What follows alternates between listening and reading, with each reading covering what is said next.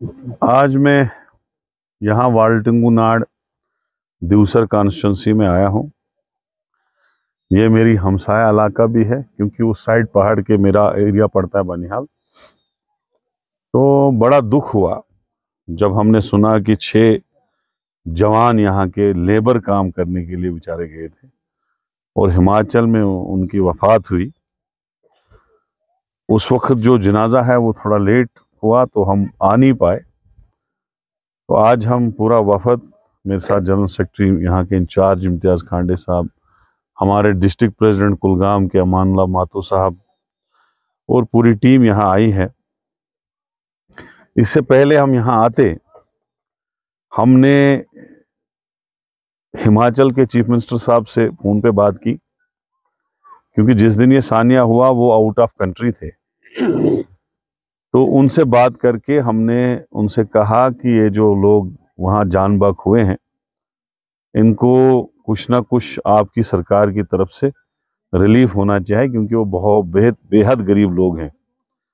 तो इंशाल्लाह हमें उम्मीद है कि उन्होंने कहा है कि 1-1 लाख रुपए हम दे देंगे, खाली थोड़े डॉक्यूमेंट्स वहाँ पहुँचाने हैं। तो हमारी कोशिश होगी कि इनको 1-1 लाख रुपए।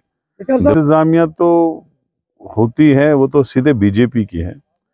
अब मैं इस पे नहीं जाऊंगा कि हमने तो डिमांड दी थी उस वक्त जब हमने पेपर में दिया, प्रेस में दिया था कि इन लोगों को रिलीफ दिया जाए।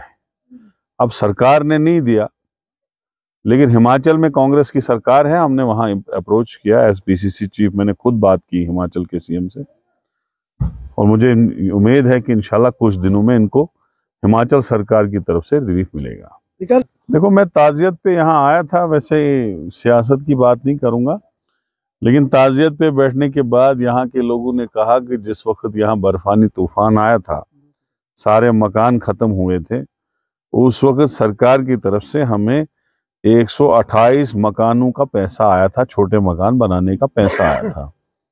उसमें 75 मकान ही बने, बाकी सारा पैसा गबन हुआ।